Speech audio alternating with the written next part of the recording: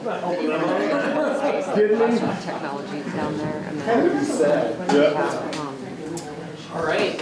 Well, I think we can get started. Thank you so much for coming. I feel like I'm at a neurological conference in Munich or something. So those keynote presentations were fantastic, and all the content that I've gotten so far has been really great. This is much more of kind of an operational type of presentation. I wasn't sure what I was getting into. I emailed Jay, never got back to me and said, is this like 5 people, 10 people? I'm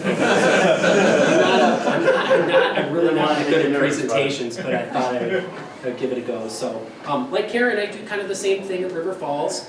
I run the sort of front end of the house, so we do everything from the IT service management functions to our student program that we run. And this AV side of the house is a big chunk of what I'm doing right now, but we kind of do a little bit of everything. So I'll talk a little bit about the size of our institution, just to give you some scope on what we're doing, so that you sort of understand. So we're River Falls. Everybody on the team who works on the AV side of the house is represented right there on the screen, and really of those 5 positions, we're really only about 1 FTE for our AV group. So everybody on the screen does multiple things. I'm the director for the front end, so I do a lot of the director stuff. Dan Miller here does asset management. He does our computer rotation program, so that whole cliche, wearing lots of hats, we all do it. Zach was a recent graduate. He was actually a criminology minor, I think psychology major. Now he's running the complete AV architecture for our whole campus, fresh out of school a few years ago. Liam's a student employee. And Ben does work on both the servers and storage team, so the infrastructure side plus AV. So we split up the duties among all of us, but really, I'll just talk a little bit about that stuff. So 1 FT, we've got 150 classrooms on campus approximately. There's about 250 spaces in general on campus that we support from an AV perspective. So it's a lot for 1 FTE. And we're primarily Extron control systems on campus. So from a standardization perspective, we've kind of gone with the Extron side of the house. So in this presentation, you feel free to ask any questions as we go along. If you have any commentary or feelings that you want to speak up about, feel free. And I've got some experts here who can speak to the history. I did want to show one thing really quickly, just to put things in scope, because I think everybody's probably dealing with the same thing. I just wanted to show this slide right here. Did that come up? No, I have to actually change this. Windows P. Let's see if you can see it. If I just go to the PC screen.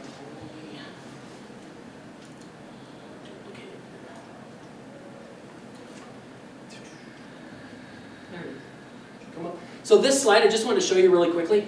This is how fast stuff changes on our campus and sort of the expectations. The same budget that we got from the state in Wisconsin in 1997, 2000-ish, that supported 4 rooms on our campus with essentially AV equipment, was $50,000 more than we get today from the state to support 200 classrooms. So it's pretty mind-blowing. We have I won't say the actual number, but we have a relatively small maintenance budget for our classrooms, and then we have a lot of grants, state dollars, things that come in. But I guess my point here, this is a presentation I did for our cabinet exec on campus to show them just how little we have to meet the expectations that they have. We've got $1.5 million worth of AV equipment coming online next year in our new SciTech building with 0 money for maintenance. So that's not something that state budgets. If you're in the private sector and you have a large endowment and you have other funding sources, that means something. But in public education, we budget very differently. And so it's been an incredible challenge. So I just thought I would show you that because that's an interesting sort of timeline, and you can see how quickly these rooms sort of came online. So, and Nick would remember and Jay would remember, even back in the day, we had a very robust AV staff. I mean, we had technology services, facilities management, student affairs, TV services, professional services, all had their own AV staff and their own students, and we don't have that anymore. So I just thought I would show that because it's been very challenging for us to work through that. So let's see if I can get back over here. Down here. One second. Out. Go on my notes. There we go. Okay, so introductions, that's kind of where we're at. That's the size of our institution, relatively a little amount of money to work with. what I wanted to talk about today is like how we make it work in that environment, and I'll try to talk very tool agnostically, so I won't put labels on the tools we're using. I might touch on those, but really it's more about developing a system for managing and updating the spaces, using the tool sets that are available to all of us in various forms, so I can talk a little bit about that. So when I was thinking about this presentation and what we've done with this, what we call our campus classroom management plan, is we sort of did a baseline evaluation of where we were at and what we wanted to improve, so what we wanted to make better and what we wanted to change. So we really wanted to move from a reactive environment, which is where we used to be. When we had lots and lots of staff, we could kind of wait for things to break and then we could fix them, and when somebody wanted to update something, we could address it. But we wanted to move to more of a proactive environment where we were looking to the future, we were thinking about the things that we could do, and that we were better able to forecast what we were doing. So we needed to move from reactive to proactive was a primary goal.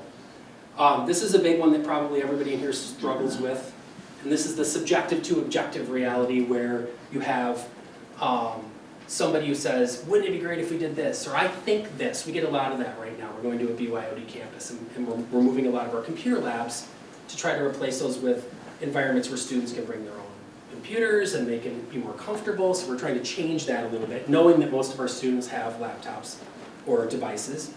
But you'll hear faculty say, oh, we use those lab computers all the time. You can't remove them. So moving into an objective reality where we have the tools that we need, the reports we need, the numbers we need to really make objective decisions. And not that there isn't something to be said for aesthetics. I just had this conversation with their library director. They have a whole bunch of computers on the main floor of the library that don't get used. And we know that objectively, they don't get used. But there's something to be said for aesthetics. They're a media center. They want to have devices available. They want to look like a modern media center, and that's their perception of what a modern media center might look like. And that's okay. It's just, you know, how much do you spend on something that's a subjective aesthetic versus objective reality? So we wanted to move to that where we had what we needed to make the case for what we were doing, help work with our stakeholders in a very objective way, say things like, you really want this feature set, this is how much it costs, and we're going to provide you with some objective after-action reporting that shows how it's being used, because we get that a lot too. Build a $100,000 room, it's used by 4 people, and it's scheduled 6 hours a week. That's just not a great investment on the room itself. We wanted to move from an environment where we had lots of vendors and mixed technologies as much as possible to a consistent environment. So whether you're Extron or Crestron or whether you are a mixed environment, having some standards, content standards around how you build things, what you order, who you work with, the relationships you make, but moving from what was a relatively chaotic environment. We still have that a little bit because we have different areas on campus that invested in different types of technologies in the past, and that's very problematic for us. We have someone who's very good at this point with Extron equipment, so if we have Crestron spaces on campus, those are great spaces, but then we work with a contractor, which is far more expensive. So trying to standardize on some of these things. Going from I'm a process person, and I was an English major, by the way. I wasn't an IT major, so forgive me for how I'm speaking about this stuff, but I do have experts who can speak to it too. We went from a really sloppy process, again, very reactive, very kind of, I'm going to email so-and-so, they're going to tell me to order this thing, I'm going to order that stuff, to something a little bit more refined. So having some workflows in place, having some dashboards we could use to monitor the life cycle of a room, and I'll show a little bit of that in a few minutes. And then obviously budget anxiety into some more financial sustainability. So always being worried about, are we going to have enough money?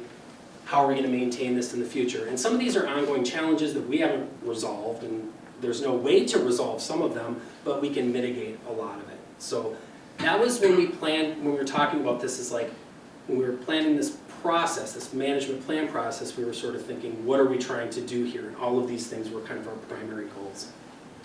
So, establishing a baseline. So, I don't know, not all schools have an IT service management tool set, but if you do, your ITSM tool set is one way to do it. Chalkboard's one way to do it. Post-it notes, a card wall. There's lots of ways to manage it, a spreadsheet. We're lucky enough that we have a fairly robust management tool, IT service management tool that we use. And we use a card wall in there. So we have all of our, and again, this could be done in a spreadsheet as well, but we have all of our spaces itemized per space. We tag those spaces so that we can report on them very easily. We can sort them pretty easily. And in those cards are things like the type of room. Is it a full tech room with a PC and all the fixins? Is it a BYOD space? Is it, does it have digital signage? So we tag the cards in a way that allows us to sort them and review them pretty easily. We have the age of the room, we have the college of the department, we have the building, and I can kind of show you how our card wall works in a second here. But we use this ITSM tool to do that. Again, I think a spreadsheet would work as well, but having things treated as living artifacts that go through a life cycle is really important to be able to identify where everything is, what's in it. So that's the thing that, and then we have a feed in there as well. So when we're working on spaces, when we're doing things with spaces, when we're replacing equipment, we're constantly updating that card wall so that we can kind of know what the current status is of the room. It takes some time, but it's kind of a real-time piece of the rooms. We treat it that way.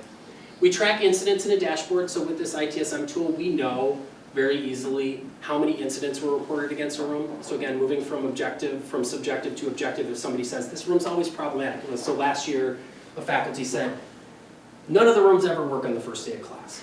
They're garbage, none of them ever work. Well, we can very quickly produce some data to say, we only got 2 calls the first week of class. It was from this room and this room. So it's also a way to educate and work with our customers and say, it's really, really important that you're reporting issues at the time that they happen so that we can track this information. But we have that data. It really catches people off guard when you have data. When they say something very subjective and you say, I totally hear where you're coming from. This is what we're seeing. One of the things we measure that's very helpful is peak usage in a room. So again, the director of the library says, these computers are used all the time, you can't take them away. We say, we have peak usage stats that show at any given, at the highest peak during the entire semester, 6 machines were logged into simultaneously. You've got 40. Could we leave you 10? How about 20? But so being able to see what the objective realities is important, so we do that. We have a service request process dashboard I can show you in a little bit too, which is when somebody asks for something in a room or when we're going to do something to a room, we set up a ticket for that, to do that work, and we track it through a workflow that takes us everywhere from evaluation to ordering equipment, to staging that equipment, to implementation, to all the tasks that need to be done if there's a networking task, and that just walks through kind of a workflow. Again, you don't need an ITSM tool to do that, but it's important, I think, when you're going to work on a room to have a way of documenting how that works. And then inventory access is really important as well, to know what you have in-house. So I think what I'm going to do really quick is, if I can log in here, I'm going to have to multi-factor. Let me see. And I don't know what different types of ITS tools people are using. I would assume most people have something, but you may not.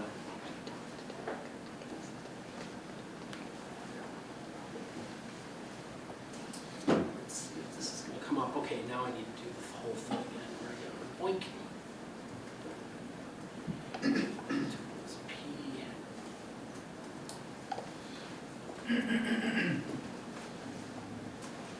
Let's see what comes up here.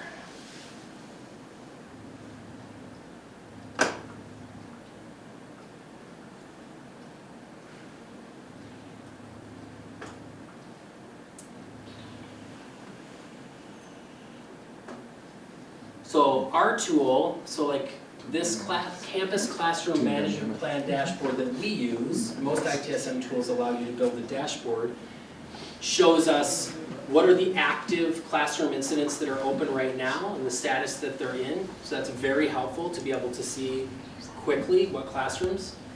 We have all of our builds. These are our service requests. So anytime we have a ticket to do something to a room, we have a content standard for how we title it, how we tag it, and how we use it, but this is a very comprehensive dashboard that shows everything. Nothing really falls through the cracks.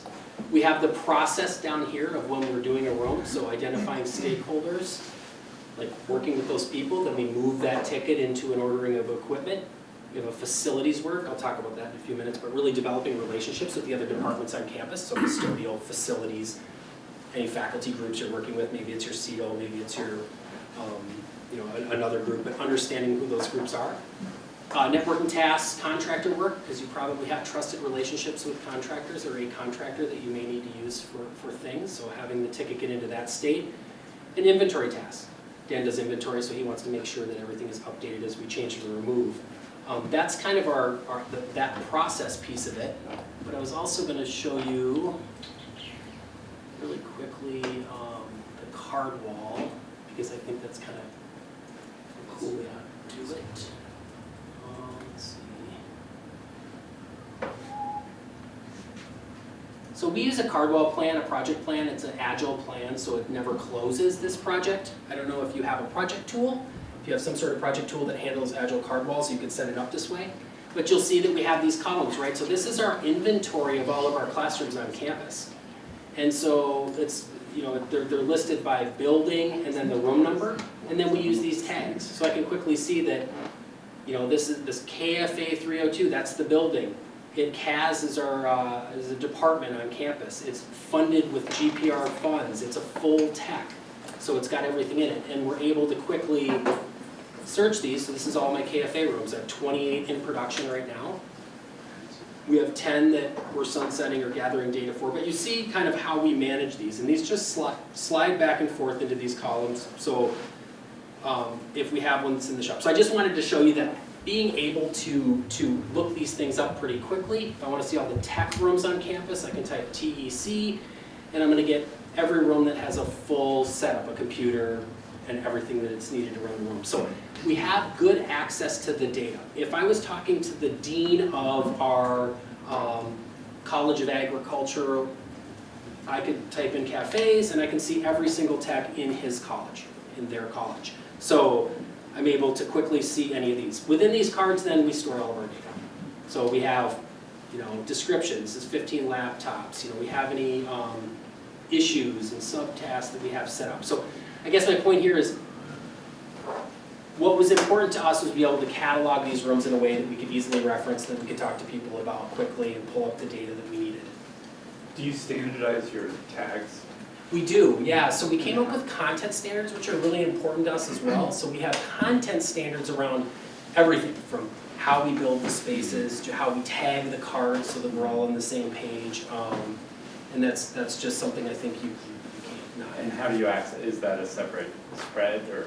Yeah, we have some documentation. So we have an internal knowledge base. We actually, with the ITSM tool, we have a knowledge base capability, and we have an internal knowledge base that we then categorize all of our articles around this program in.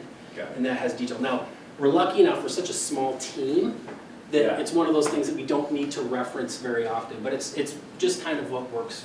It's just the five of us that update this. Right. Okay. Right. So let me go back over here.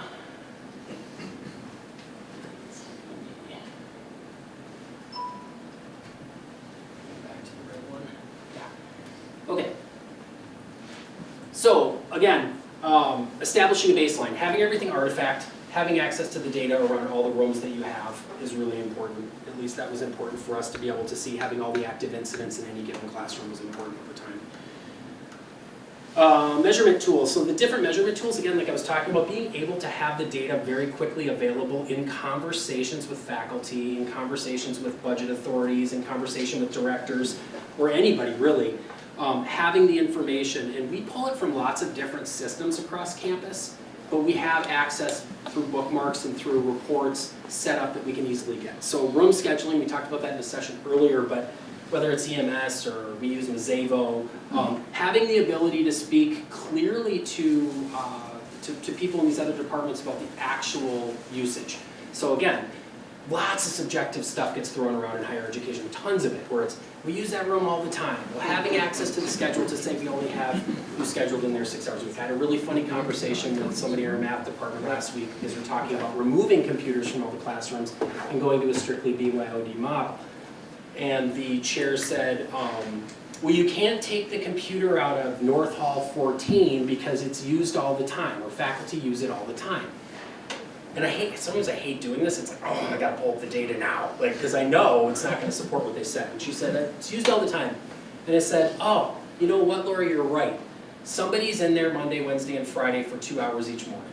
And she said, oh, who is that? And I said, and I looked, and I said, oh, it's you. You're scheduled in there. I said, well, I actually don't even use that room. So nobody uses that room. The computer's never used, and yet we spend $5,000, $6,000 every few years to maintain that room. So that's helpful. That's really helpful. The other one that's really helpful is you can't pull the computer. We use it all the time. We log in, and then we see that the room is scheduled heavily, but the computer is never used, and that's because we have access to the computer usage data. So that's also really good to have. I was saying, what was the example? It's just before this I was talking to somebody about our BYOD transition and pulling computers out of classrooms, and the dean got back to me just yesterday and said, hey, this instructor says they really need to keep the computer in there at least through fall semester next year. They can't remove the computer because none of the faculty have had training on how to use the dongle. The adapter. And it's like, that's a post-it note. You know? Thing. Look at it, auto switching works. So, but anyways, so having some of this data. So room scheduling I think is really important. So if you can get access to your room scheduling and you have that at your fingertips, it's going to be really helpful in conversations you have in your planning or discussing upcoming initiatives.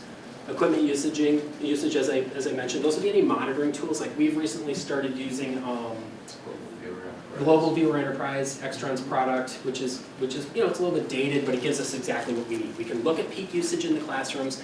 We can see when people were logged in. We can do some remote monitoring of the equipment.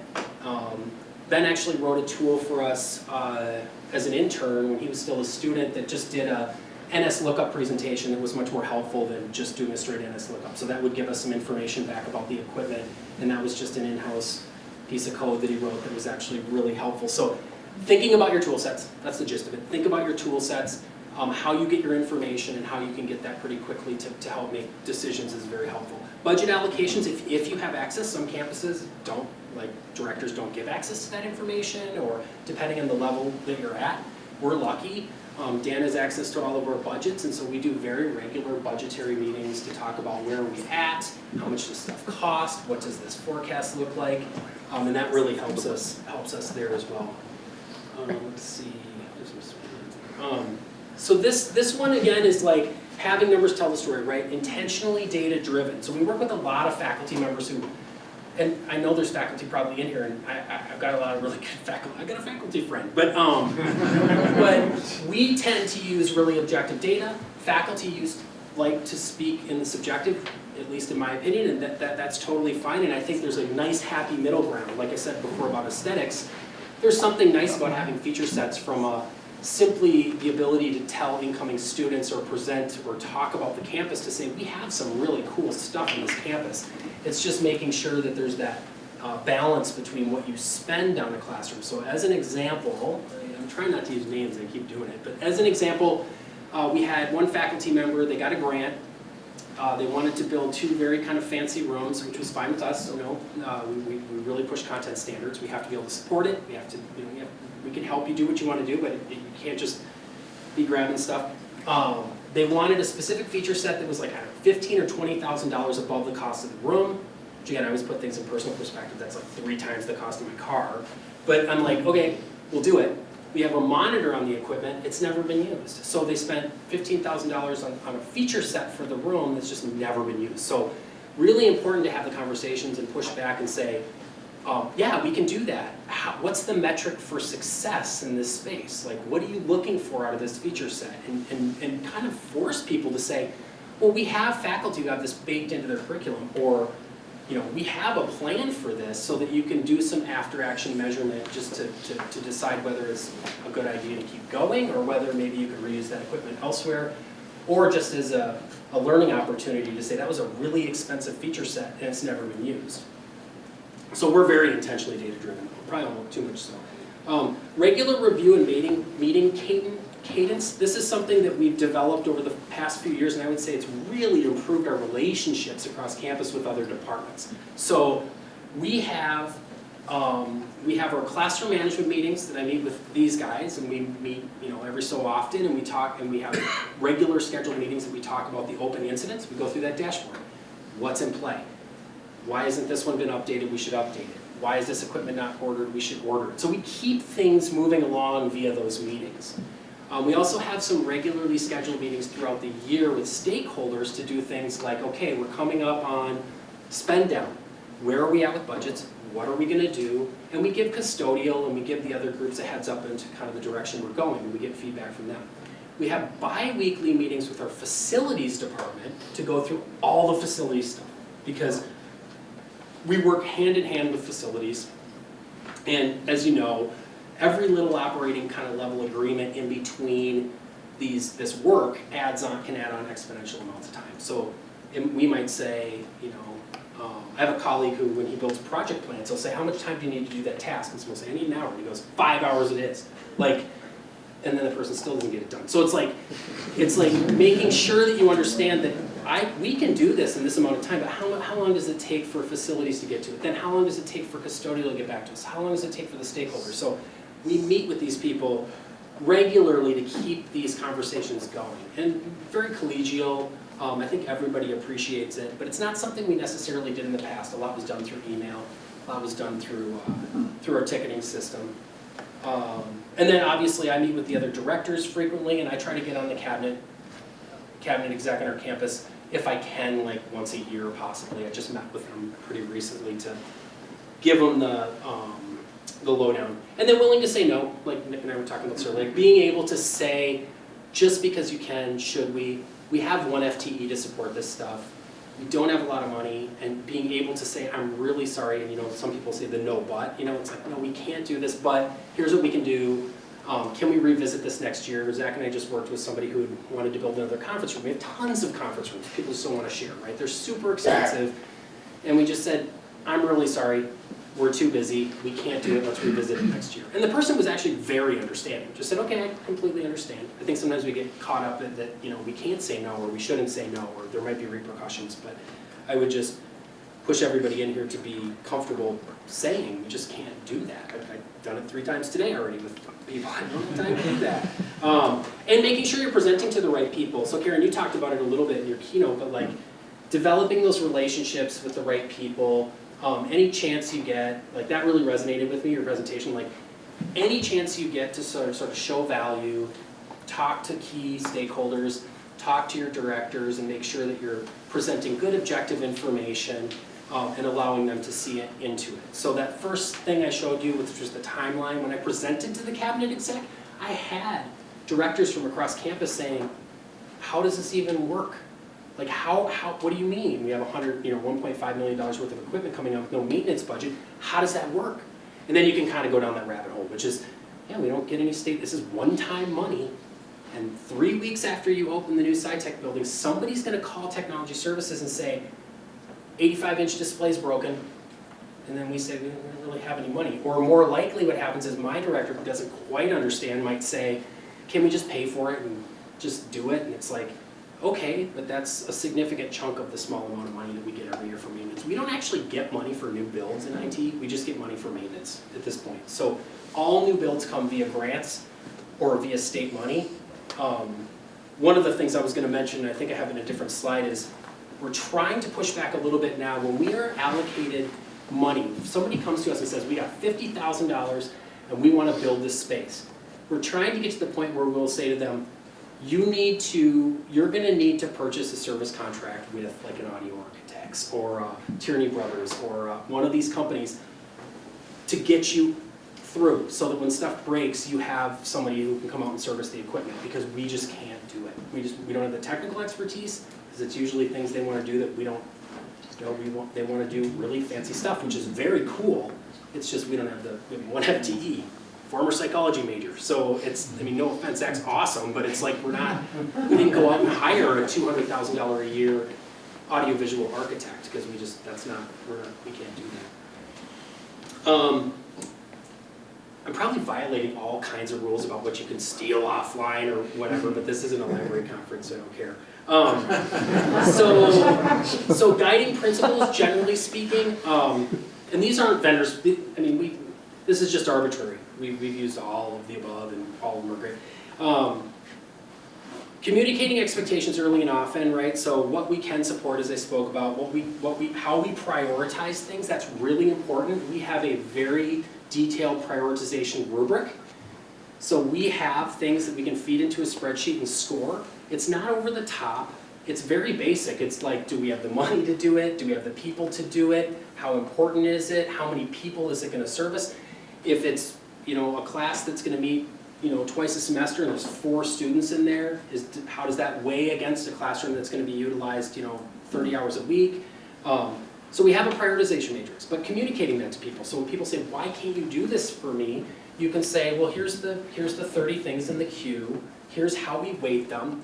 And, you know, don't feel bad about pitting one person against another. If somebody says, this is an incredibly high priority, I mean, use the resources you have to be able to say, well, then have your dean talk to the dean of the College of Ag and work it out. But this is how we've scored it now. So, so yeah, communicating that stuff and having some kind of rubric, some kind of prioritization schema so it isn't as subjective. It's not like, well, we're just doing that because they told us to do it. Avoid mixing equipment brands when possible.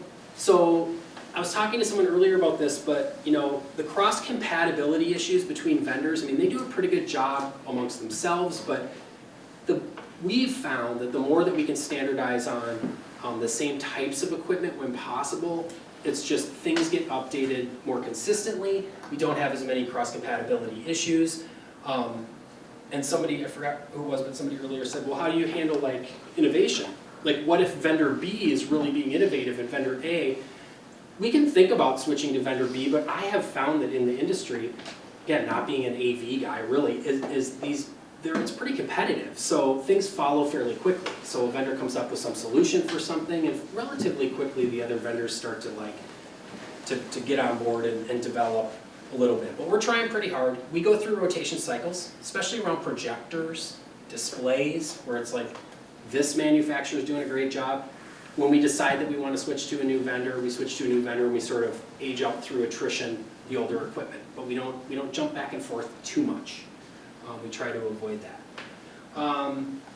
Intentional involvement in the project, somebody was talking about this earlier too, is really making sure that you're inserting yourself early into projects to be able to have a voice at the table, if not just to say, you know, you can spend the money however you want, this is what we can do for you. And just so that they know that. Zach did a really good job on the SciTech project, so we have a science technology building coming on, that's a $2 million building. And we really got in early to say to the faculty, this is kind of what we can support. And so we were able to get them to go with a lot of the equipment that we're comfortable with. There's still a lot of crazy stuff going on in there, but they know, you know, we've articulated very clearly that if an anatomy table fails, like we can't fix it. Like that's something you're gonna have the vendor do. Limiting trusted vendors, again, like, you know, we've got really good relationships and we have pretty good service level agreements. We understand sort of the proprietary content, but we know the subcontractors that are working for who, so like, I'll just throw this out. If we were working with Nick Anders at Audio Architects, we know that they're going to work with Neo, which is an electrical company. We know what Neo does really well. We know what they don't do very well.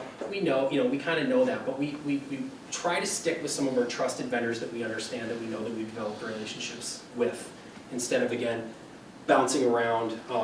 We've got one gentleman, I won't name him or his company, but we have one guy who works for us, been working for us for a very long time, super dependable, small time, like, you know, operates out of his van, but really good. And like, always shows up when he's supposed to, does a pretty good job, and so we try to stick with that kind of stuff. So that repeatable dashboard I was talking about, so really having, this is another one, so whether it's somebody in a hallway saying, hey, can you do this, or somebody emailing a director saying, we really want to build this room, or we want to do this thing. This is something I learned when I was at the University of Minnesota, is from a process perspective, is some single point of intake, right? Some single point of intake for projects, whether that's a form or a single authority. So at our campus, what we've really tried to do is, rather than listen to the director of facilities or a faculty member, is point them back to our campus planner. So we have a pretty good relationship with our campus planner, and we'd really like our campus planner to be the one that sort of says, okay, this is a go. And then the campus planner is the one who's asking facilities, custodial, technology services, faculty senate, you know, directors, whoever, this is being proposed, is everybody on the same page? Because what would happen in the past is, we would agree to take on a project, or somebody would email us and say, we want to, you know, add a couple displays to this room and do some things, and we'd say, okay, whatever. And then, you know, 2 weeks later, custodian would say, we can't do that, or facilities would say, well, who's doing the facilities work? Or director would say, I didn't authorize that. Yeah. So single form is great, and that's really easy to do. It's like you create a service, and it's like, this is how things come to us. And it has to go this way, even if it's just a Google form. Yeah, we use the campus planner.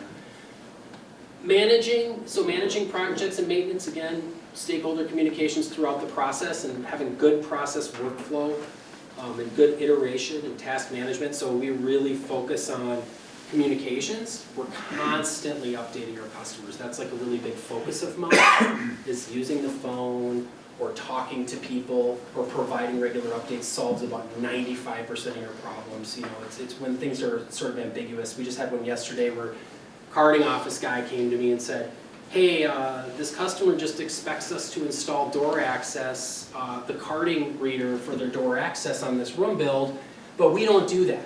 That's facilities. They didn't tell facilities to do it. Well, you know, I'm like, they don't know what they don't know. Like immediately I was kind of thinking like, there's no way that that faculty member had any idea who does what. They just said, we want a room build, we want card access.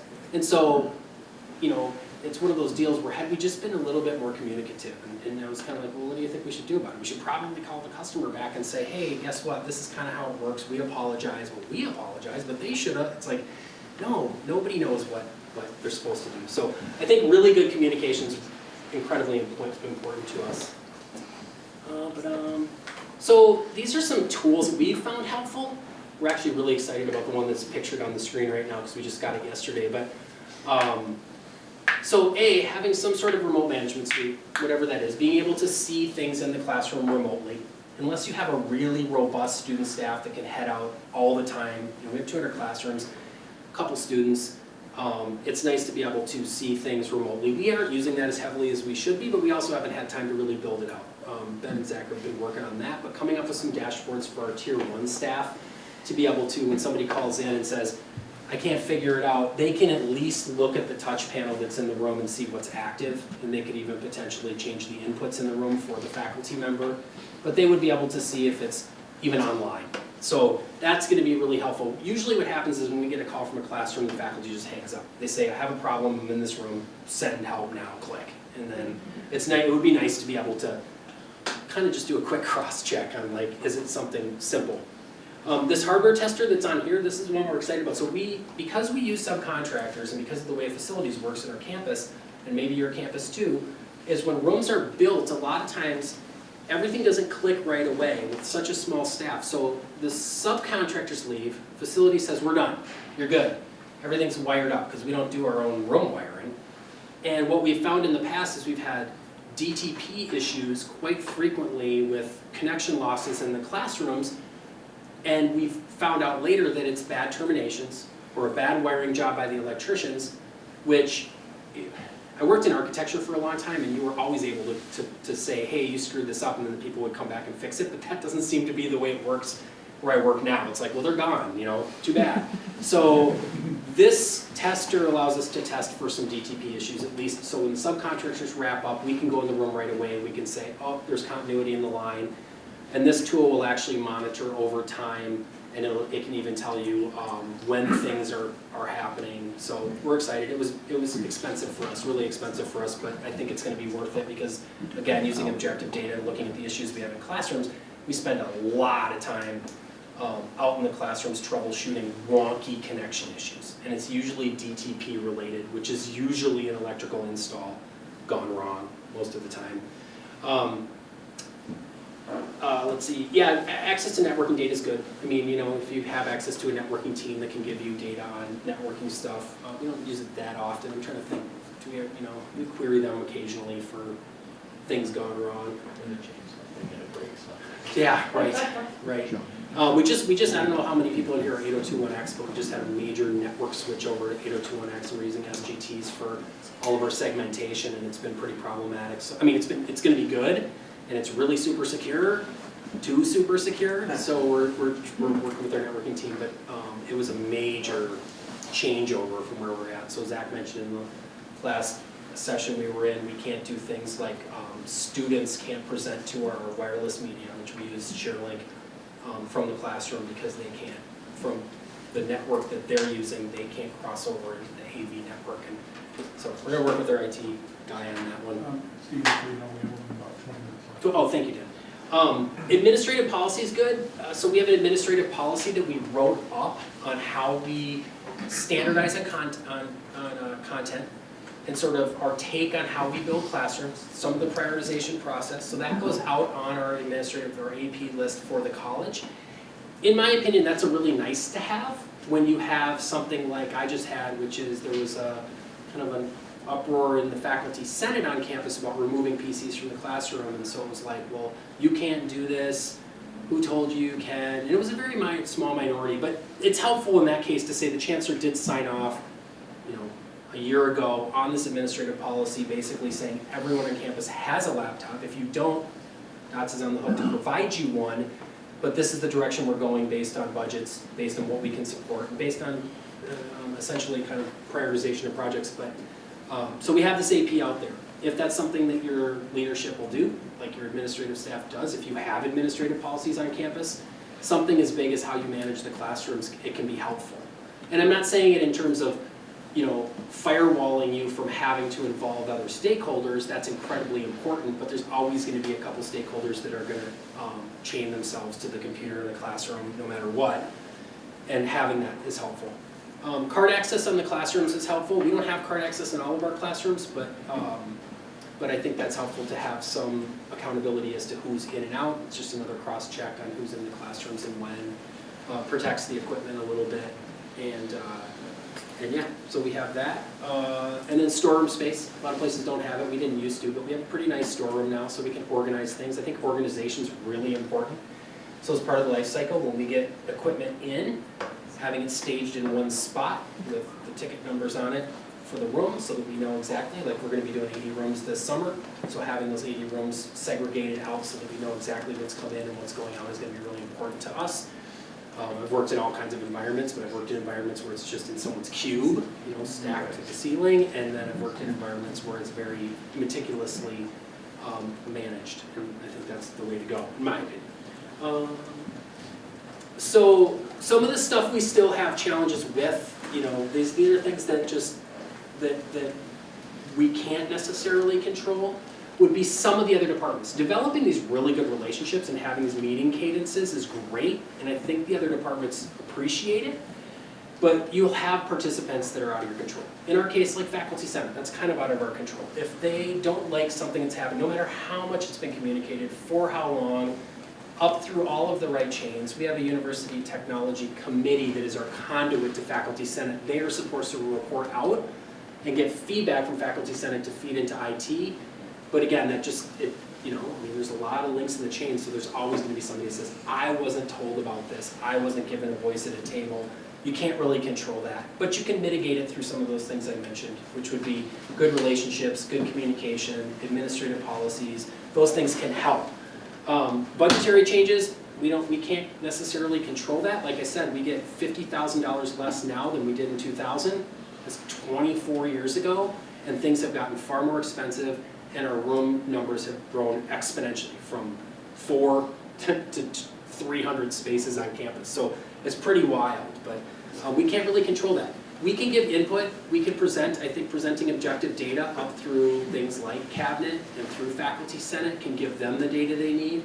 I mean, our Faculty Senate probably wouldn't appreciate it if we said, well, here's the budget, and when you call us, we'll call you and say, do you authorize this expenditure, because that budget would be gone in 2 months. And then every call that they called in, we would say, yeah, what do you want us to do about it? They give us some money, so communication is important. State projects and grant funded, this is probably, I would say, our biggest challenge. Like, we do a pretty good job of maintenance on our classrooms that are pre-existing, even providing good quality of life upgrades, but we can't control this part. And this is one where someone says, nobody's gonna turn it down. The state says, here's $60,000, use it for whatever you want. I'm giving it to the marketing department. They can't buy $60,000 worth of, you know, marketing videos or something online. So they go right to the technology, and there's no money. They want to spend every penny of it. They have to buy the spend down, and then there's no money for maintenance. That's a huge challenge. Plus, they want to do things that we can't support. Which again, if they had a maintenance contract with like an audio architect for 5 years, I think that's the way to go. It's like budget 30% of your spend, get a maintenance contract. Now, they would say, you know, there's a lot of weird legal lingo. They would probably say we can't spend the money that way. It has to be spent in 1 year. I mean, I don't even understand it. Anybody who works in public education, like for the state, it's just, it's very difficult to understand all the rules. But anyways, that's a big problem for us is the grant funded and state projects that come down the pike. Ongoing maintenance, obviously, we only have so much money and that is hard.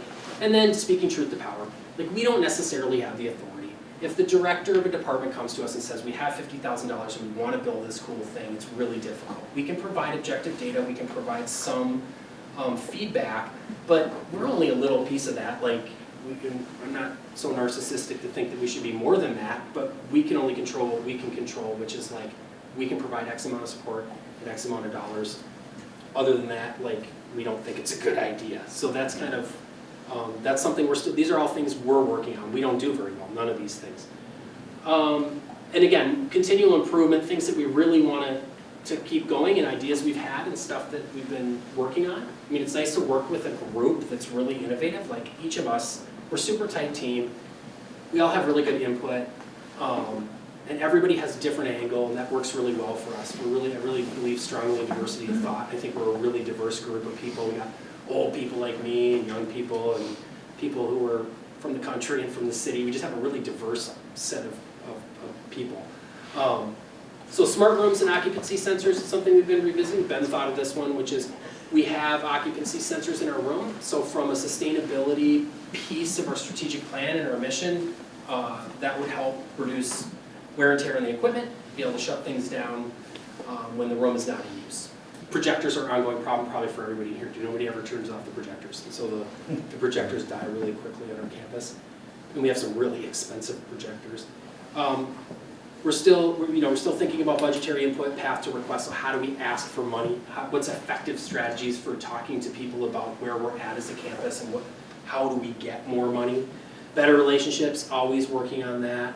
I felt really bad, Karen, when you were doing your presentation because so many of the things you said about like, the toxic boss. I mean, I was just thinking like, yeah, we'll occasionally, we'll go down the negative road every once in a while. We're just so frustrated either with an individual or a department.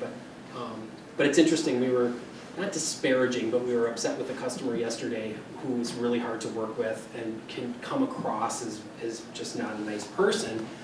And I was a little bit disparaging, geez, what a jerk, whatever. And then today he sent a really nice note and he was like, thank you so much for all of your hard work, you were awesome or something. And I just was like, asshole.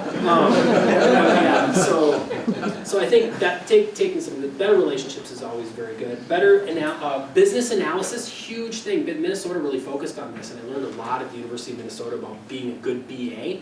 I always say in our department, our director's always saying, we need to hire some BAs. And I always say, we're all BAs. Like, we're all business analysts. Like, the important part of that is, like, all of us need to work to think about process and think about how things work. I worked with a developer one time. I was giving a presentation. And I pulled up this enhancement request somebody had requested in ServiceNow. And all the stakeholders were there. And I had the developer there, too. And I was, like, fidgeting with it. And I'm like, OK, let me show you this cool thing. And I'm like, hey, how do I log in? And he's like, you did not ask for a login button. Dude, like, you gotta be able to log into the tool. But it was an example of him not thinking about those types of things. So I always tell us, like the carding access one, think about it. Like, they don't know what they don't know. So you gotta lead them through that stuff. So we can all be better BAs. My team, I mean, we're all guilty of it too. Toolset standardization. Our facilities department uses TMA. We use that ITSM tool that I was showing you. It would be great if we could all use a centralized ticketing system instead of having like all of these different systems doing kind of the same thing. And again, after action monitoring. So once we do something for somebody, like, making sure that they're using it, making sure that things aren't just stagnating and that we can't make changes that are beneficial to everyone. So that's kind of it. Those are the things that we do. I'm sure everybody in here does that, but I just know we have really come around from a very reactive environment to an environment where we plan really well, we monitor really well, for having one FTE. I think I've done a pretty good job. So yeah, that's about it. That's all I've really got. But yeah, any questions from people? Yes, sir. Yeah, so I'm going to put you on the spot. Do it. FY25 is coming right around the corner. Yep. Fiscal year 25. I know at my school, they have told me that I need to put as much as I need into a general fund request that I need. It's over just the classroom refresh piece that we should looking at. We're looking at $440,000 Okay. for our campus. General purpose classrooms, that's it. That will make heads explode. People will have no concept of what it actually costs to plan for the future, Right. for replacement of our world of classroom computers and our classroom equipment. And you know, it just strikes me that we're all right there, right now. Yep. And you know, getting prepared to give that request and getting prepared to probably hear a very disappointing response. But everything at my university has told me, they're ask for the moon. And I'm like, okay, I'm asking for the moon. We don't really have a process for asking for anything. We have a couple little pots of money that we request for. One of them is a student budget, a technology budget that they put into, and we will work with customers to say things like, there's money available, and we're talking like $25,000, $40,000. We'll say there's some money available, we think this is a really good idea, let's partner and write a request for this grant to do it. But there will be no ongoing maintenance, and that's the really difficult part. So, and we don't sunset anything either.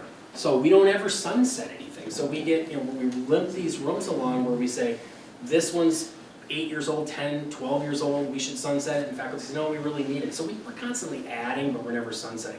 But, yeah. We sunset stuff. We do. Building gets done. Yes, right, when they tear the building down is when we sunset it. Which happens, which does happen. But to your point, we don't have a great way of asking, and I'll just say, we get, I mean, I won't say specific, maybe I'm not even supposed to say it, but for our 200 classrooms, we have less than $200,000 a year to play with. And that's for maintenance. And people will say like, oh, that's a lot of money. And I'm like, $200,000 for 300 spaces really is trivial in the scheme of things. I mean, one of our computer labs to rotate is $60,000. And we have 6 computer labs. So it's like, yeah, it's hard. I just wanted to follow up to the private, like it's the CapEx request every year, right? You write it up, you ask for, I ask for everything I can possibly want to do and I get a fraction, right? That's how it works, but my success in it has been, you map it all out. I mean, I could just run it, it could run for infinity, right, this refresh cycle. And then age of equipment, there's lots of red in those pie charts and graphs. This equipment is in danger zone and it's 32 rooms. This equipment's orange, it'll be in danger zone next year. Like, that's the only way I've ever been able to communicate, like, look how behind we are, all of this is red.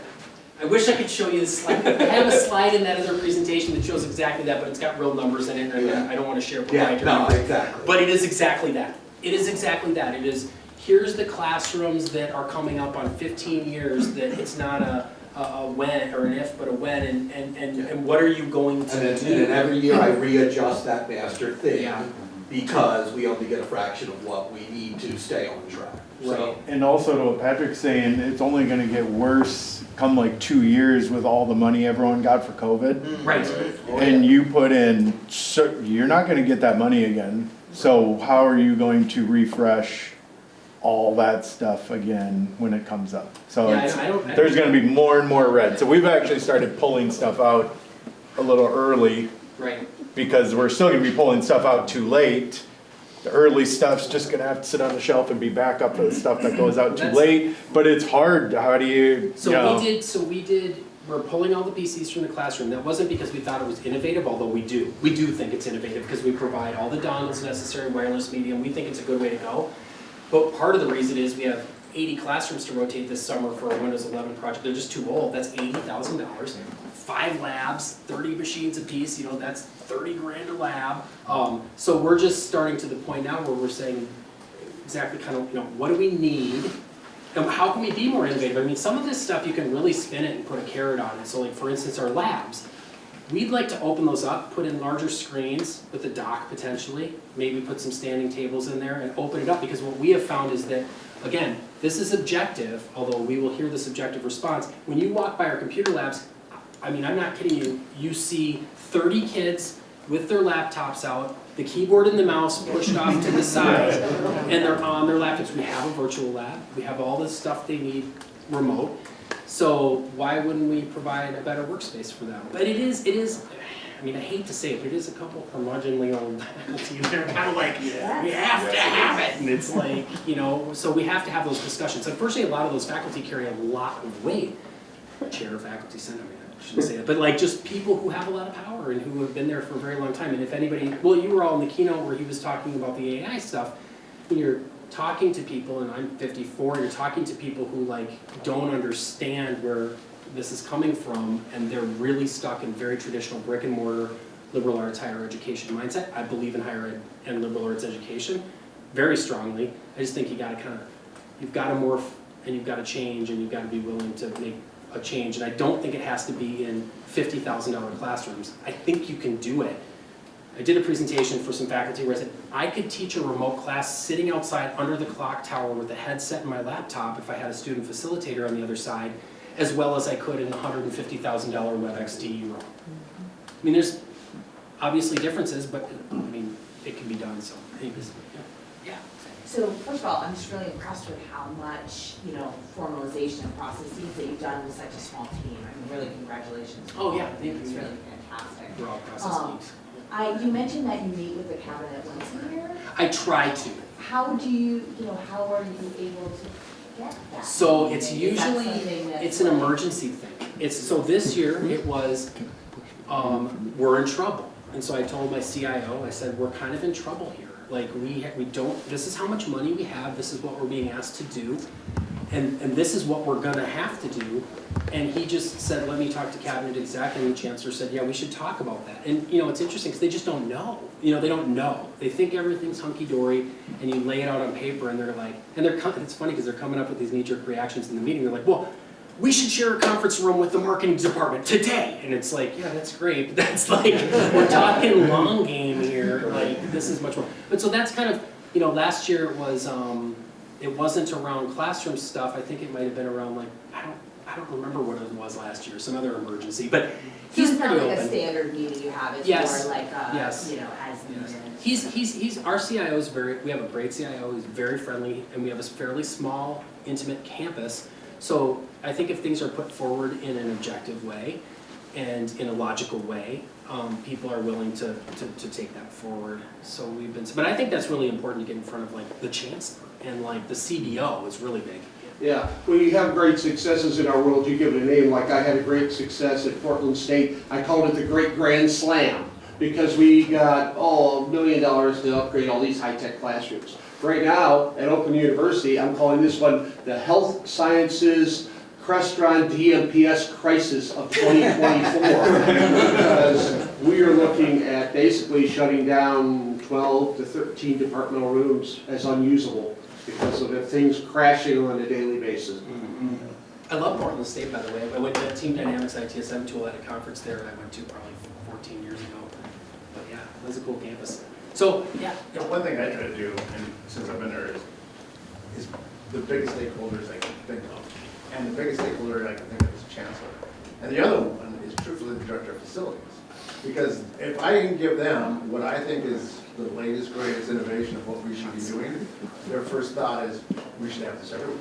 Right. That's what, and so I always have that as, you know, Catherine, here's what I want to, here's a new thing, here's a new thing. Yeah. And then as soon as I get there, like, oh, this is great. Where else we have this? Yeah. Here. Yeah. Where else should we have it? Everywhere. Yeah, yeah. And so I think that's always the way I kind of get around it. And the other one is, when I have conversations with people, we're not going to talk about wants. We're not going to talk about wants at all. Because wants, that want list goes on forever. What do you need? Need is so much more important because you can go through all this, and one of my favorite parts of that is interactive type classrooms. And, for a long time, it was the idea of like, we gotta run a matrix, this to that to this. And it's like, none of you guys are TD directors. Right. You're gonna be wondering what's the most easiest thing. Right. And it sounds great to have individual pods, that's one thing, but when we start talking about like this pod, go to talk to that pod, no, Right. you're not doing that. You're not doing any of that. And it sounds great, but you're not. And so that's just a want, that's not necessarily a need.